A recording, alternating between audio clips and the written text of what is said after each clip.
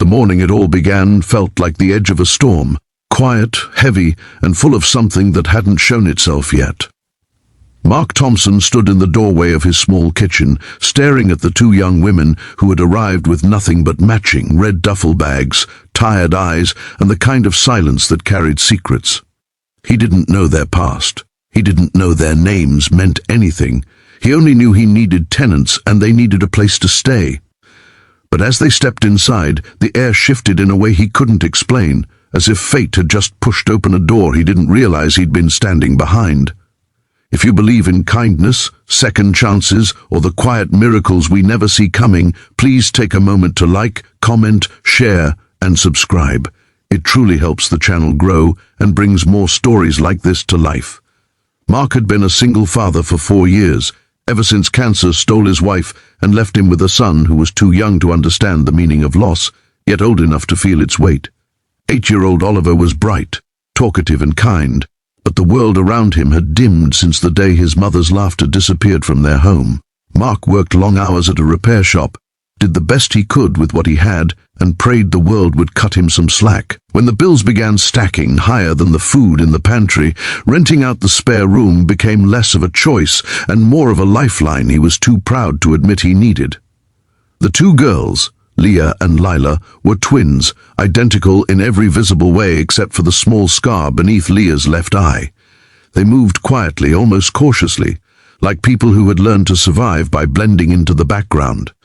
Mark didn't pry. He had no energy for judgment and no desire to add to anyone's burdens. He simply showed them their room, gave them a copy of the key, and went back to packing Oliver's school lunch, unaware that everything in his life was about to shift. The first weeks felt strange. The house was fuller yet softer. The twins kept mostly to themselves, spending hours studying at the kitchen table or tapping away at their laptops. Sometimes Mark would catch them whispering, their faces serious, their posture tight.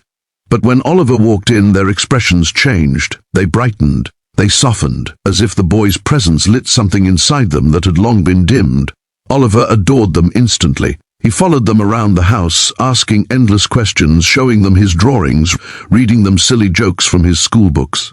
And to Mark's surprise, the twins always made time for him. They taught him tricks with playing cards, braided his hair as a joke, and helped him practice lines for his school play.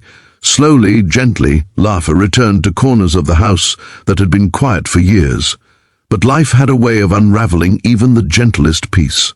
Mark came home one afternoon to find the twins sitting stiffly on the couch, their eyes red, their hands trembling. A thin envelope lay open on the table. They had been hoping it would never catch up to them, but the past never gives up easily.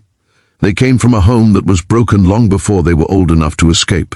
Their father, a man with a name powerful enough to hide the truth, had kept them under relentless control, emotionally, financially, psychologically. Their scholarships, their independence, their attempt to start a life on their own. He was trying to take it all back. The letter was a threat wrapped in legal language, demanding they return home or lose everything. Mark didn't ask for details. He didn't need to. The fear on their faces said enough, and for the first time in a long while, he felt something fierce rise inside him, something protective, something that told him this wasn't just about tenants anymore. The following days were tense. The twins tried to hide their anxiety and keep life normal for Oliver, who had begun rehearsing tirelessly for his school performance. He begged Mark to attend, to sit in the front row, to watch him deliver his single line with confidence. But Mark wasn't sure he could make it. Work had been relentless, and the repair shop had just threatened to cut his hours. Leah and Lila saw the heaviness in his shoulders, the exhaustion in his face, the worn-out hope he carried like a weight. And one evening, as Oliver practiced in the living room, they made a quiet decision. If Mark had opened his home to them, the least they could do was fight to protect the small pieces of joy he still had. They pooled their money, not much, but enough. They wrote emails, made calls, found pro bono legal help from a college counselor who had once tried to help them escape the life they came from. They stayed up late researching, gathering evidence, preparing. They had spent most of their lives running. This time they would push back. And slowly the tide began to shift. The counselor confirmed the truth behind their father's threats. He had no legal claim to drag them back. He could intimidate, but not control. The letter was nothing more than the last echo of a man they no longer had to fear. When the twins received the news, they didn't celebrate. They cried, quietly, shaking, relieved in a way words couldn't capture. They were free, truly free. And in that freedom, something unexpected bloomed. A day later, Mark found a small envelope taped to his bedroom door. Inside was enough money to cover rent for months, a gift the girls insisted he take. They called it repayment. Mark called it unnecessary, but the truth was, it saved him.